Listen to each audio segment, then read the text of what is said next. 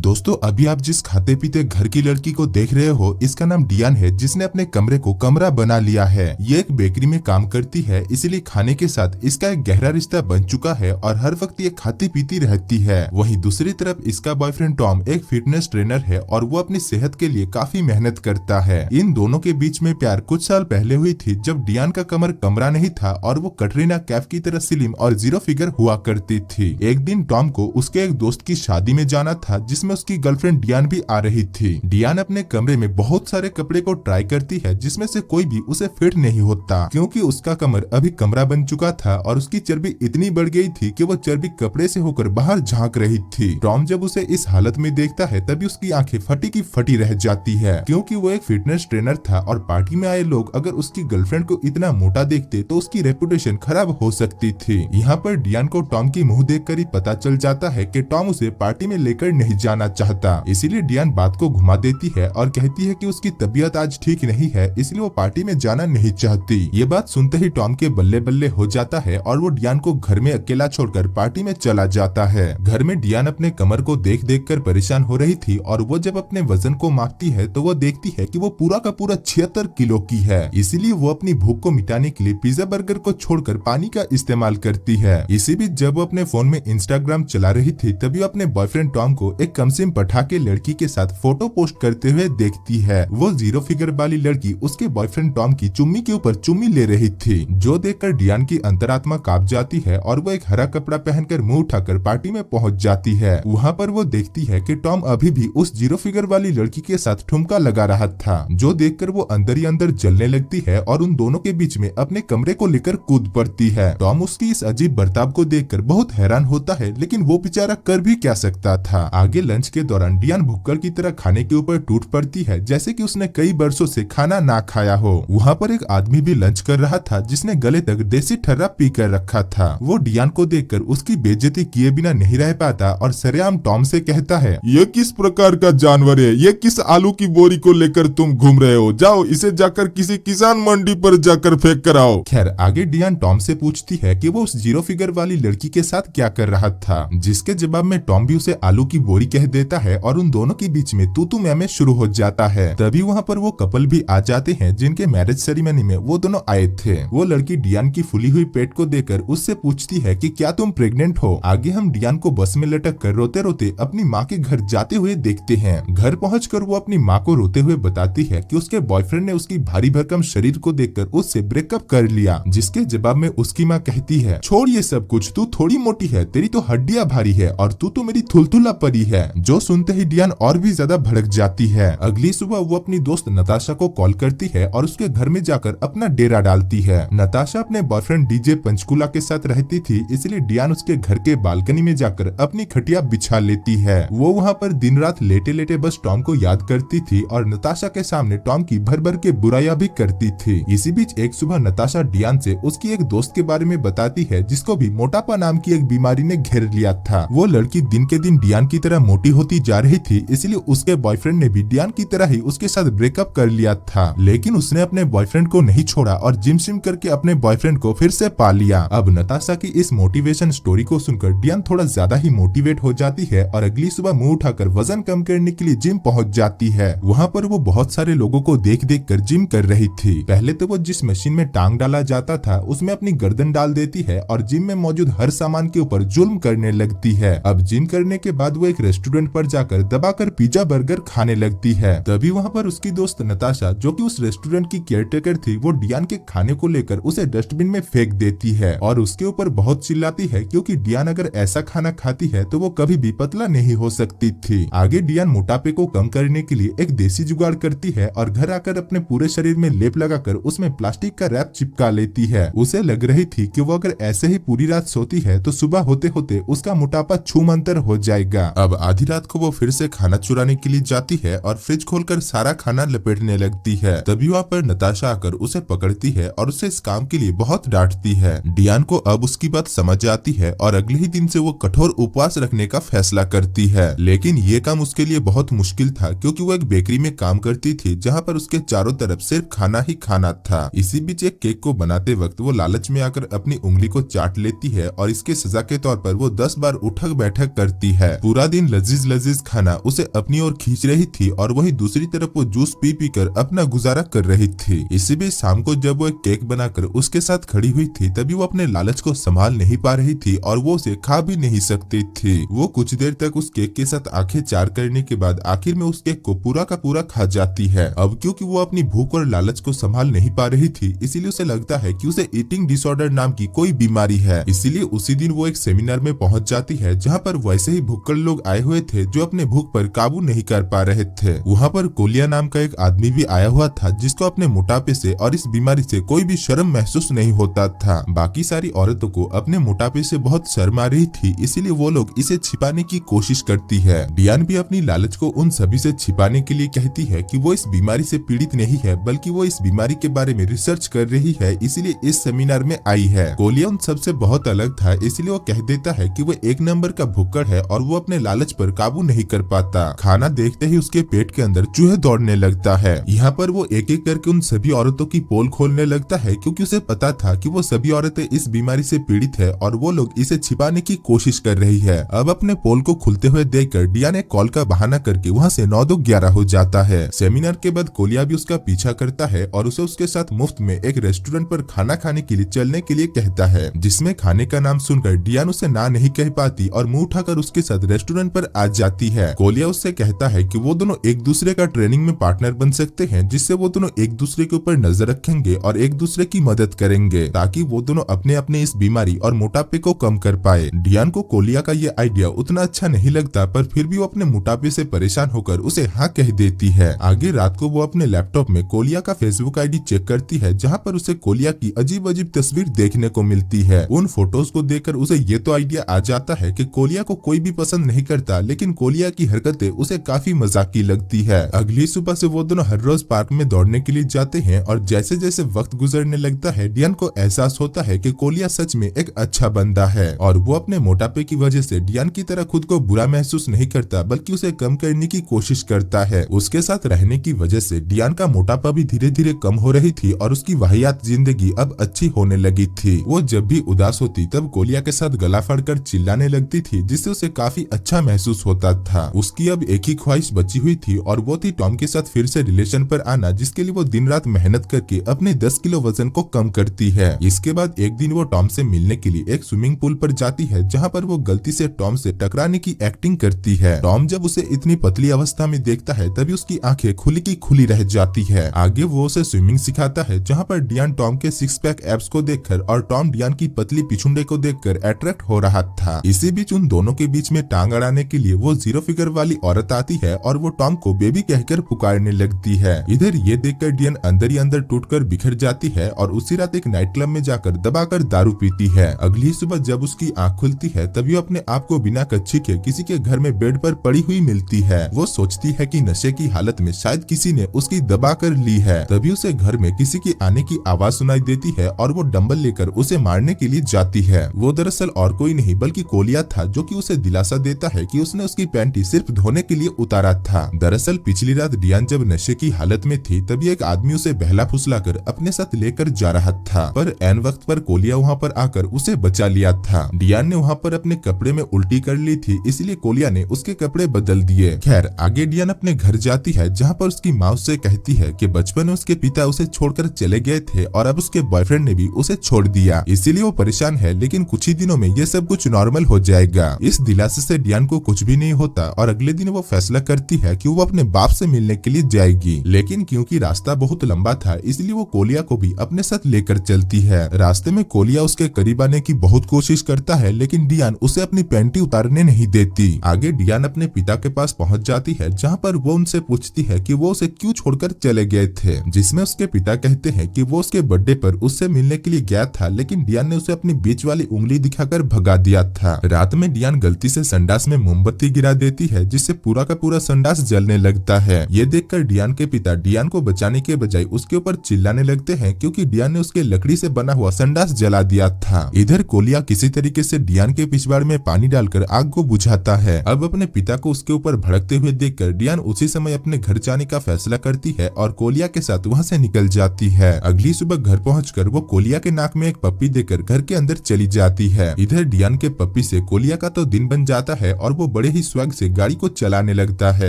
रास्ते में वो कुछ औरतों को फूल बेचते हुए देखकर गाड़ी को उनके पास जाकर रोकता है। वो डियान के लिए फूल खरीदना चाहता था लेकिन उसके पास पैसे नहीं थे, इसलिए वो अपने एप्पल के वॉच के बदले में फूल खरीदता है और उसे देने के लिए डियान के पास आने लगता है। इधर तब तक डियान के पास उसका बॉयफ्रेंड टॉम आकर उससे माफी मांगता है और अब क्योंकि वो पतली हो गई थी इसलिए वो उसे एक्सेप्ट भी कर लेता है। यहाँ पर वो दोनों एक दूसरे की चुम्मी लेते हैं और भी बहुत कुछ करते हैं जो कि बाहर से कोलिया देख लेता है। अब डियान को बिना कपड़ों के टॉम के साथ देखकर उसका दिल टूट जाता है और वो उदास होकर वहाँ से चला जाता है। इधर सब कुछ हो जाने के बाद डियान को एहसास होता है कि कल अगर वो फिर से मोटी हो गई तो टॉम उसे फिर से छोड़कर भाग जाएगा, इसीलिए वो टॉम के साथ परमानेंट ब्रेकअप कर लेती है। रात को वो अपनी अकेलापन दूर करने के लिए कोलिया के पास जाती है, जहाँ पर कोलिया उसके साथ बहुत रूडली बात करता है और कहता है कि उसे अब उसकी जरूरत नहीं है क्योंकि वो पतला हो चुका है, जबकि उसने अपना 1 किलो वजन भी कम नहीं किया था। अगले दिन डियान के पिता डियान से मिलने के लिए उसके घर पर आते हैं और डियान से जिंदगी भर एक बुरा पिता होने की वजह से माफी मांगते हैं। वो वहाँ पर वैसे ही नाचकर डियान को हंसाते हैं जैसा वो बचपन में डियान के सामने नाचा करते थे। आगे डियान कोलिया से मिलने के लिए जाती है, जहाँ पर वो देखती है कि कोलिया कोल्ड ड्रिंक पी रहा था। वो पहले उसके पास जाकर उस कोल्ड ड्रिंक की बोतल को गिरा देती है और कहती है कि वो अभी भी उसका पार्टनर है, इसीलिए उसे अभी भी उसके वजन को कम करने के लिए गाइड करना होगा। इसके बाद वो दोनों उस मैराथन रेस में हिस्सा लेते हैं और अपनी जी जान लगाकर उसको कंप्लीट करते हैं। इसी बीच कोलिया डियान को किस करता है, जो कि डियान को भी बुरा नहीं लगता। डियान समझ जाती है कि उसके लिए टॉम नहीं बल्कि कोलिया परफेक्ट है, क्योंकि कोलिया काफी अच्छे दिल का इंसान है और वो अपने मोटापे को कम करना तो चाहता है लेकिन अपने मोटापे से शर्म महसूस नहीं करता। इसीलिए वो दोनों एक दूसरे को अपनी दिल की बात बताते हैं, यानी प्रपोज करते हैं। दोस्तों, किसी के लिए अपने आप को बदलना सही नहीं, लेकिन अपने कमर को कमरा बनाना भी ठीक नहीं। डियान ने इतनी मेहनत की उसको पाने के लिए जिसको उसके दिल से नहीं बल्कि उसके कमर से प्यार था। खैर, आपको इस मूवी की कहानी कैसी लगी वो मुझे कमेंट में जरूर बताना।